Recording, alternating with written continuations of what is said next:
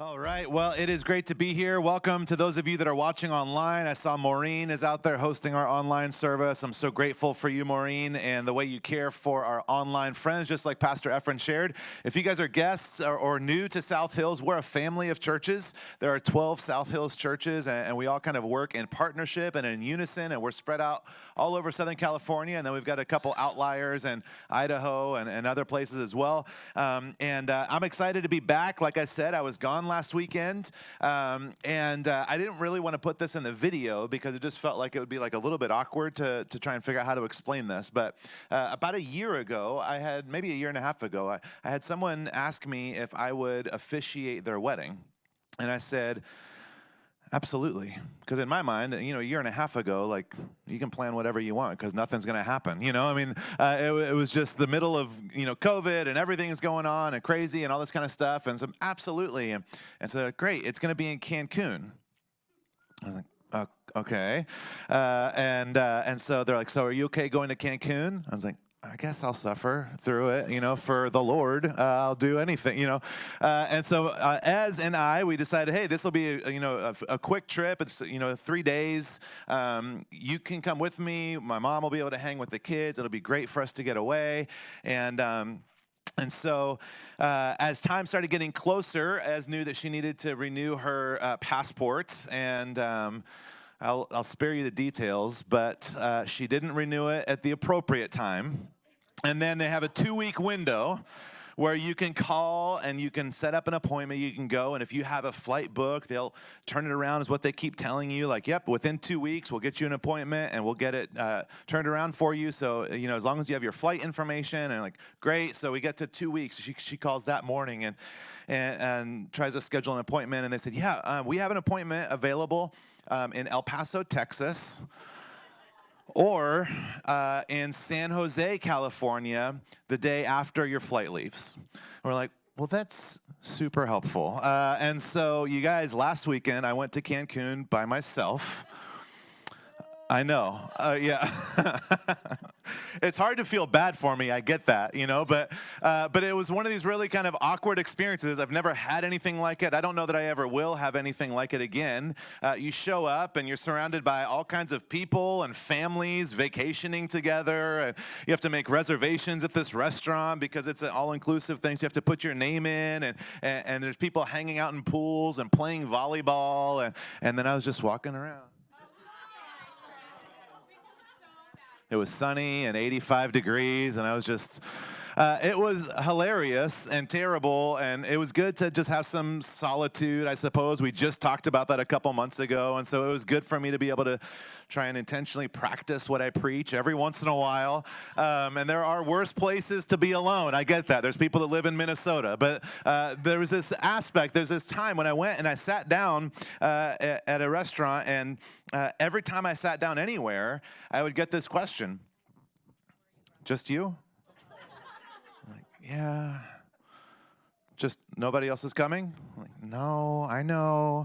Every single time I would go to make a reservation, every time I would go, anywhere I would go, they would be like, just one? I was like, yes, just one, And it was this, fascinating, funny, hilarious. It was a good experience. The couple got married. I made it back alive, all that kind of stuff. But there were these moments where I was just like, man, I could be here with my wife. We could be enjoying this. We could be having our best moments. But everything fell apart. Everything kind of went south the way that it was supposed to go. And so as beautiful as it was, there was these moments of frustration. There was these moments of kind of, not discouragement, but just like, man, this isn't how it's supposed to go. And I think we all have those in some ways, maybe not you being stuck in Cancun. Again, I get that this is a weird story because you can't really feel bad for me. But we all have these moments in some ways of kind of this, that's not how it was supposed to go. We have the frustrating days at work, or maybe the frustrating years at work. We've got the relationships that are struggling. We've got the kids and who we are as parents, that maybe we thought we would be a certain way and we're not, and we experience these moments of pain or frustration, discouragement, things kind of going south. And what I want to talk about today is a little bit of what do we do in those moments? How do we handle those moments? We're in this series talking about how to be happy. And the reality is that a lot of us, we kind of assume incorrect things about how to be happy, what constitutes happiness, what makes happiness. We have these struggles, these issues, because we believe happiness comes about in different ways. And oftentimes we have, in these moments where we have these lows, we try and figure out, well, how do I get back high again? What do I do to experience happiness? What do I do to overcome this frustration? It's not necessarily a question about what's the best thing for me, but it's a question of what is it that I want? What is it that I feel like I deserve in this moment? Everything's fallen apart. It was a terrible day. Everything's, not what it's supposed to be. So what do I deserve? Sometimes we just kind of tag this as like a self-love or a self-care type of thing, but we don't often think about it. For me, I've shared many times about my crutch, which is peanut butter M&Ms. There is no quantity of peanut butter M&Ms that are too many. I will eat as many as there are, in the bag, in the bowl, whatever it is, I'll eat all of them. And it always makes me feel better until later when I'm still stressed out and also my stomach hurts because I had too many peanut butter M&Ms. There's this reality of this thing that I go to because I'm unhappy or because I'm angry, because I'm frustrated, because I'm discouraged. I go to this thing and it gives me this kind of immediate sense, this spike of hope or happiness or, oh, it's going to be okay. These M&Ms will love me as I am or whatever the thing is. But inevitably that wears off and something else comes back. That frustration, that pain, that stress, whatever the thing is. Of course, there's a lot of darker things that we turn to as well than peanut butter M&Ms. I get that that's not the worst thing that we can do to ease our pain. But I think sometimes we think that it's not bad to do something bad in order to feel good when things are bad. We kind of justify this, if everything went as it was supposed to be, then I wouldn't do it, but it's not, so it's okay. I'm just going to give myself this. I'm going to have this moment. And it works for a moment. But then it wears off and it leaves us even more unhappy. It's not the same thing for all of us. We all have different things that we turn to in those moments to get kind of a hit of pleasure or in that search of happiness. Not everybody loves peanut butter M&Ms. Some people love other things. Sometimes there's good things that we turn to, and sometimes there's bad things that we turn to. Some of us eat in those moments of stress or frustration or grief or depression. Some of us shop. Some of us turn to alcohol or smoking. Some of us veg out in front of Netflix or Hulu or whatever it is. Some of us turn to relationships and sex. Some of us turn to scrolling on social media and just trying to kind of zone out and escape that sense of unhappiness, and the assumption or the belief, it's a broken belief that we think that we'll find happiness because of that thing. And a lot of these things, they're not necessarily bad or unhealthy. There's kind of three categories I want us to just be aware of as we talk about this. There's three categories about these types of things that we turn to. The first one are unhealthy because they're categorically unhealthy. These are the things that we would just kind of constitute as, yeah, that's not okay. Chris, a 5-pound bag of M&Ms. No, I'm just kidding. As we turn to, just binge drinking, or as we turn to just inappropriate relationships, as we're trying to kind of numb that pain, they're inherently self-destructive things. The second thing is when it's excessive. It's too much of a good thing. Too much sugar. Too much Netflix, too much scrolling on your phone. We turn to this thing, and it's not necessarily bad on its own, but we kind of just, we have no ability to stop ourselves, and it becomes too much. And then the third one are things that are kind of contextually unhealthy. It's not a bad thing to hang out with friends 4 or 5 times a week when you're single, but when you have 3 kids at home, contextually, that's an unhealthy way to spend your time.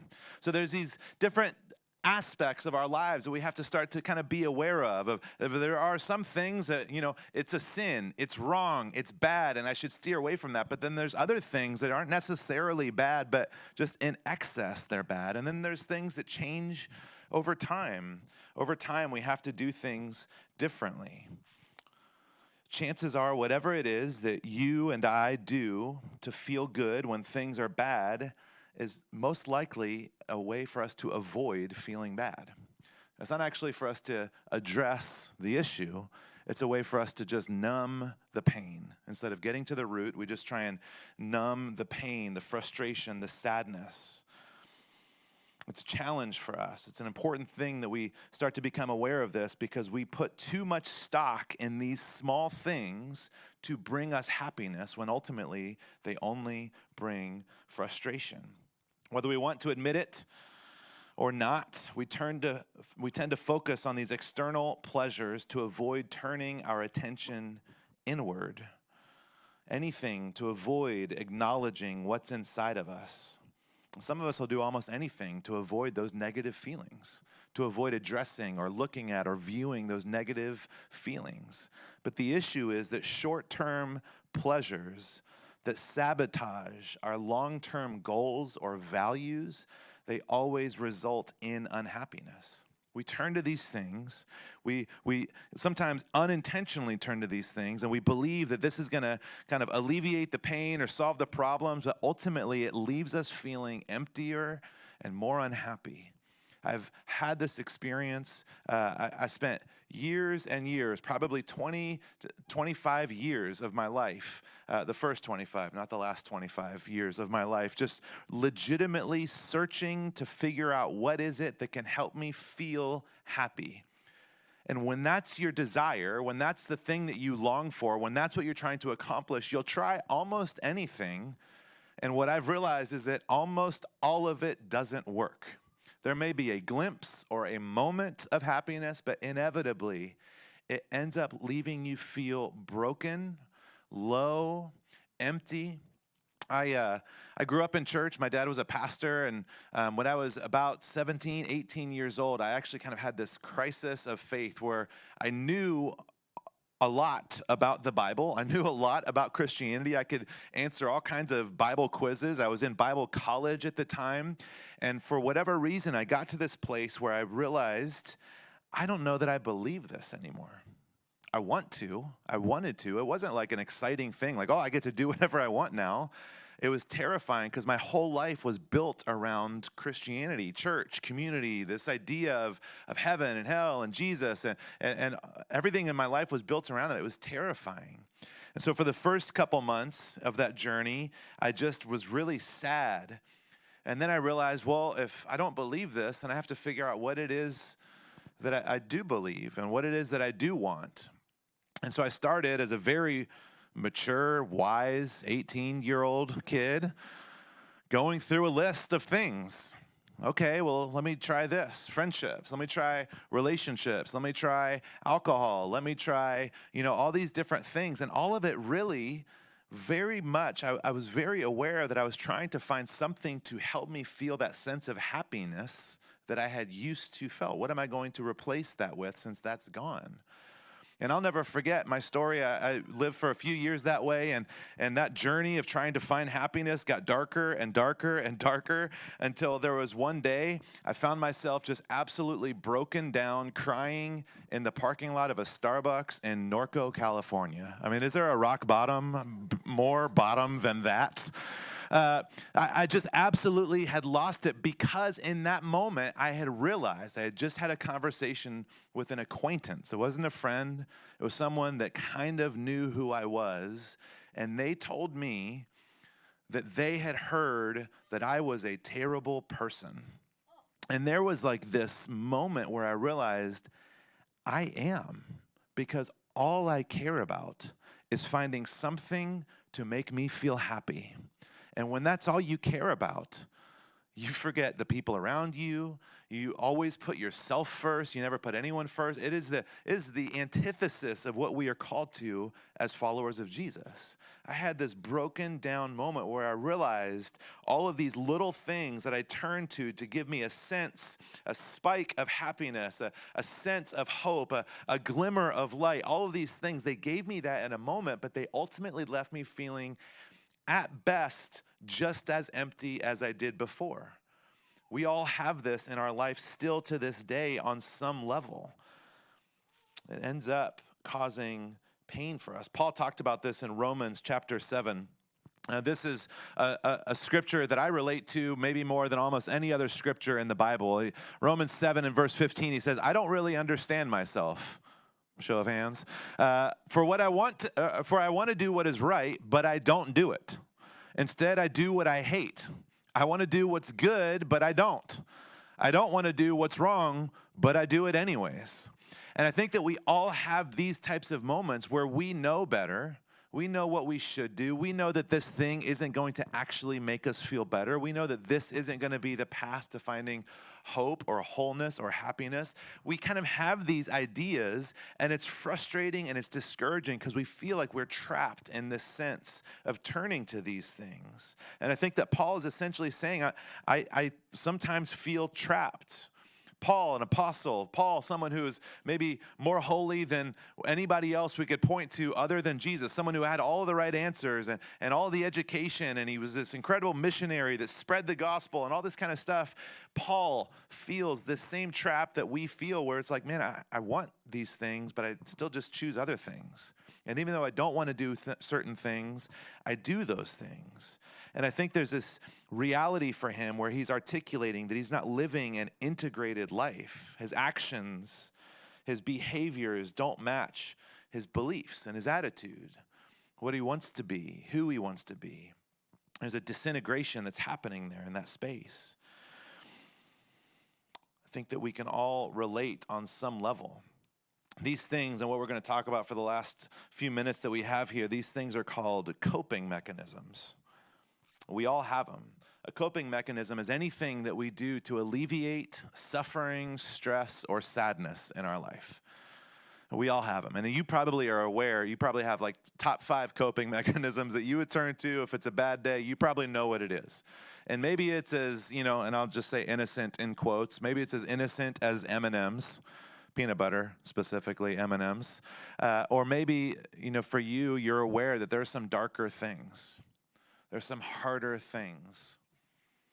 There's probably some coping mechanisms that I have and that you have that you and I aren't even aware of. Some things that we do, ways we act towards others, towards ourselves, that we're not even aware of. And we do this in order to alleviate suffering, stress, and sadness.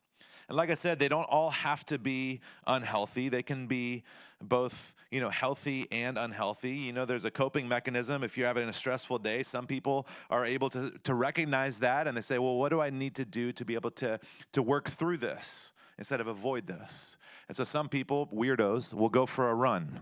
Some people they say, what, I need to be around people. Instead of being isolated and alone, I'm gonna find some people to be around. There's healthy ways of navigating those feelings, and then there's unhealthy ways. Today was stressful, so I charged a bunch of money on my credit card to feel better, and now I'll feel stressed for the next 6 months trying to pay it off. There's this reality where we can make these choices between healthy and unhealthy. And I think that what Paul is saying is that even for someone that I would say, if you need to live like anyone, if you need to model your life like anyone, it would be someone like the Apostle Paul. And in fact, he actually said that. He said, follow me as I follow Christ. And even he's articulating there's moments where I want to do the right things, but I still just choose these things that aren't actually going to give me what I want. They're not going to do what I want. It's an issue with our unhealthy coping mechanisms. They take our behavior in a direction that conflicts with our beliefs. We end up feeling less of who we want to be, not more, just to get a moment or a sense of happiness that quickly fades. So I want to talk through a few things because I think that at best we are all susceptible to these coping mechanisms, and at worst we are just blindly unaware of the things that we do to feel better when we are unhappy. And I want to talk about 3 things that I think that can really help us, 3 ways that we can kind of combat these negative coping mechanisms. If you guys there's notes on your sheets on your chairs, there's pens, you can use your phones, take pictures, whatever it is, but there's 3 things I want to talk through. The first one that can help us kind of combat these negative coping mechanisms is gratitude. The second one is community. And the third one's awareness. And I'll talk about each of these for a couple minutes. Gratitude is the first one. Gratitude, the sense of being thankful, of recognizing what you have. I know it might sound like a cliche answer, but there is this aspect of gratitude that Scripture talks about, the Bible talks about over and over again. And so for those of you that are just like, absolutely, if it's in the Bible, I believe it. And for those of you that are not sure if you believe what the Bible says, guess what? Researchers and psychologists and clinical psychologists, they all agree that gratitude changes your brain in a literal way. It is unending, the benefit of gratitude, intentional gratitude, writing a list, 5 things in the morning and 5 things at night, saying things out loud. Gratitude changes our heart. It literally changes our mind and our outlook on life. Philippians, Paul is writing this letter in chapter 4. He says, don't be anxious about anything, but in every situation, by prayer and petition, with, everybody say it together, thanksgiving, present your requests to God. And the peace of God, which transcends all understandings, will guard your heart and minds in Christ Jesus. There's this instruction that Paul has. He says, I get it. You're going to be anxious about things. Things are going to come up. And so when that starts to rise up inside of you, when you have that day or the month or the year or the COVID season or whatever it is, because we're all dealing with the effects of something, when it starts to rise up, what you do is you turn to prayer, and with thanksgiving, with gratitude, you start to acknowledge, here is what I have. Here's what God has provided for me. Here is the goodness that I'm still experiencing in the middle of the chaos of this world, in the middle of the chaos of what's happening in Ukraine and Russia, in the middle of the chaos of what's happening at your local gas station, in the middle of the chaos of what's happening in your political offices, and whether you lean this way or that way, or your homes or your workplaces, wherever it is, there's this invitation, a command really even, to say, I'm going to stop.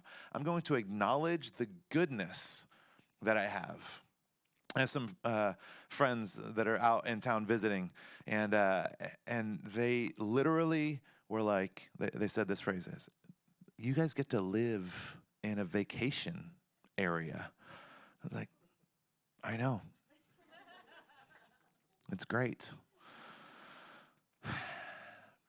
But we don't really think about it that way very much, do we? Because there's a list of things that we're frustrated about. But you know what's more frustrating? Shoveling snow in Minnesota. We have so much. And it's not to say that there aren't broken things or bad things or wrong things or issues that we want to address, or it's not okay to talk about certain things. But we have so much to be grateful for, and oftentimes we don't acknowledge it because we're so obsessed and focused on the negative things. And when we're focused on the negative things, it feels hopeless. And when it feels hopeless, you do dark things. You do things that don't help. So to combat these negative coping mechanisms, we turn to gratitude, intentional gratitude. We submit these prayers to God, and we hand over the anxiety, and we trade that out for a peace that transcends all understanding. Prayer should be our first response, not our last resort. It connects us with God. It helps us remember that it's not just me in the middle of Orange County struggling with all of the chaos and a hopeless situation. You look around the world and what seems to be a hopeless situation. It's not just me. I am a child of God. God is with me. It gives us a sense of confidence and connection when we do what Paul tells us to do, when we pause, when we acknowledge what we're grateful for, when we pray. It provides us with a sense of being calm. Because instead of just this reactivity that we have of what we're feeling or seeing or experiencing or hearing, it gives us a chance to actually pause for a second instead of just immediately reacting the way that we want to react. And it also gives us a sense of clarity, because instead of acting out of an emotional response and just turning to whatever it is that feels best in that moment, it gives us a pause and a chance to act the way that we choose to act. Gratitude is the first way that we can kind of fight against these negative coping mechanisms. The second one is community. Community is important. Community is a word that's used a lot in a lot of different ways for us. We talk about it. This is a community. Our church is a community.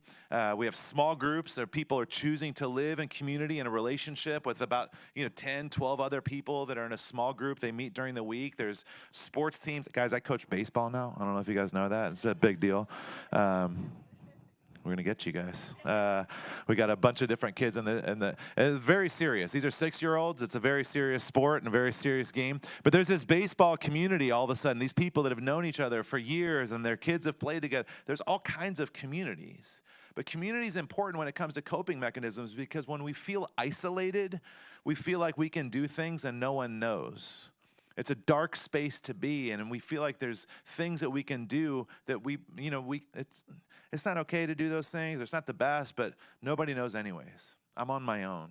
Community is an important thing because when we have the right kind of people around us, it oftentimes prevents us from indulging in things that will destroy us. And it's right kind of people because there's other people that you could have around you that would be like, yeah, you should totally do that.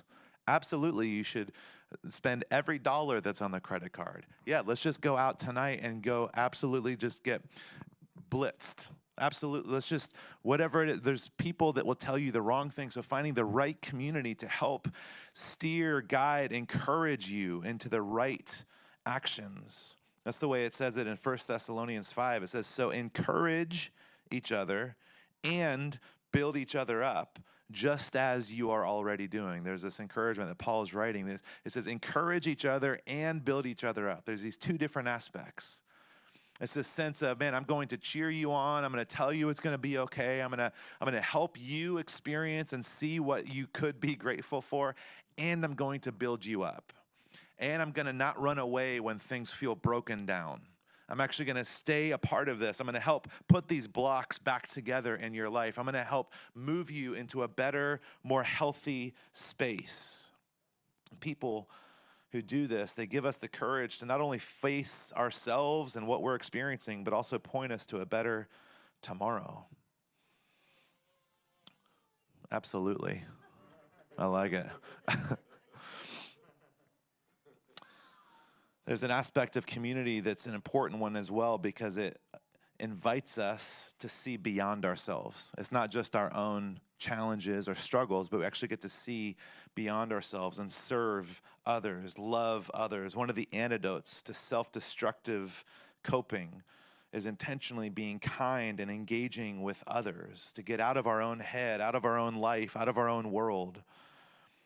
Galatians 5 says it this way. It says, you, my brothers and sisters, you were called to be free, but don't use that freedom to indulge your flesh. Don't use that freedom to just do whatever it is you crave in the moment.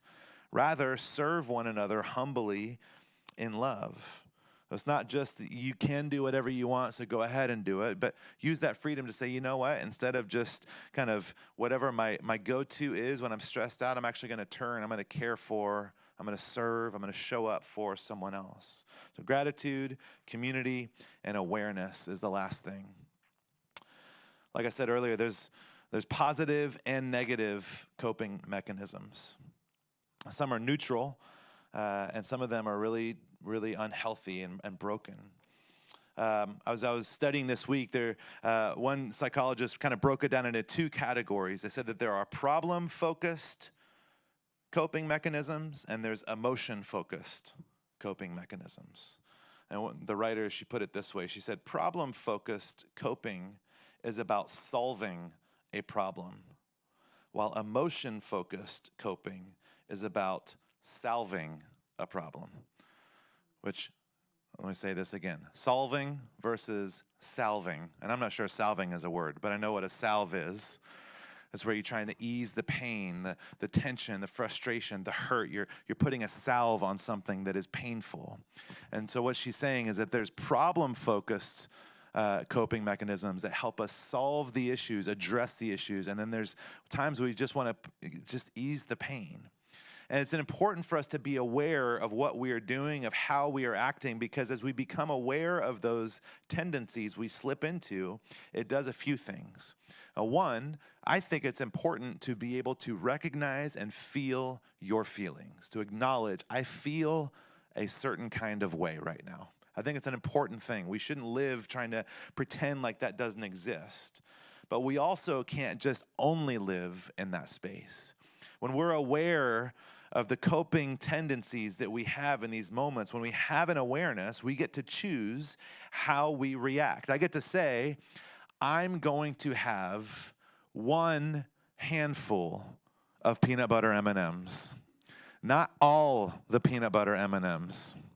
I'm going to be frustrated, and I'm going to set a timer for 15 minutes. And I'm going to just allow myself to be frustrated. And when the timer goes off, I'm going to choose, how do I move towards solving the problem instead of just feeling the problem?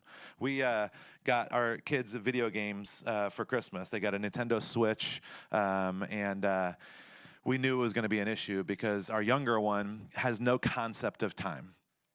He could literally, and I'm not proud of this, but there's moments where he plays video games for longer periods of time, we'll say. And then it's bedtime, and we say, okay, but it's time to turn it off. And he's like, oh, I just turned it on. It's like, no, it's been a long time. It's been hours. You've been awake for 3 days straight playing. No. But in a random moment of wisdom, which I don't have these very often, I also got these red square timers, and each side of the cube has a different amount of time, 5, 15, 30, 60 minutes. And so we gave him the timer with the video game. And we said, these go together. And it's fascinating, and I didn't know if it would work, but legitimately, when the timer goes off, he turns it off and gets up. It is the weirdest thing, and I try not to celebrate it. I try not to talk about it in front of him because I don't want to screw it up. But there's this ability, all of a sudden this timer, he just recognizes this is done, and now I'm going to do the next thing. And we can do, adults can do that too.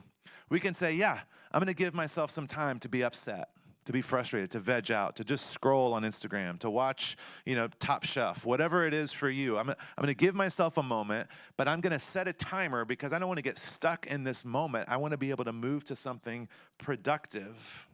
When we are aware of our coping mechanisms, we can give space for them and then move into something more problem-focused and productive. And the second thing is when we are aware, we actually can begin to dismiss some of the unhealthy coping mechanisms. I realized through years of counseling that a lot of my coping mechanisms specifically have to do with when I feel a lack of control. And so now I know when I start to kind of want to do certain things, there's this piece of me, it's like, what is it in my life that I feel like I'm not in control of, which is most things. But it gives me this sense of being aware of what I'm feeling, what I'm experiencing. And for you and for I, when we start to become aware of our coping mechanisms, it's not only just recognizing this is an unhealthy thing for me to do, but it's actually getting to the root and saying, well, who sent you? Why is it that I long for this thing? I heard this person talking earlier this week, this example. They were talking about in courtrooms. Have you guys been on jury duties before? My favorite one was when I got put on a murder trial the week of Easter, like 4 years ago. I was like, oh, this is how I want to spend my time this week. So it was brutal. But this whole jury process where everybody is fingers crossed that they don't get picked. Usually what happens if you don't get picked is that the lawyer will say, thank you for your time. You're no longer needed. You can go. And I think that there's a piece for us, for you, for me, as we feel these kind of coping mechanisms come on and we start to recognize, man, I've been doing these things and it's actually for unhealthy reasons and now I'm aware of it. We get to say that same thing. We get to say, thank you for your time. You're no longer needed. You can go. There was a time when I was 10 that I needed you, but I don't need you anymore. Now I'm a grown up. I'm all grown up.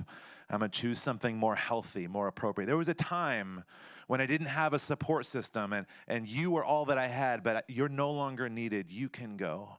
And we get to choose that, but only if we become aware of our actions, the ways that we are coping and trying to bring about a sense of happiness through momentary decisions and experiences. You don't have to choose between ignoring your feelings and indulging your feelings.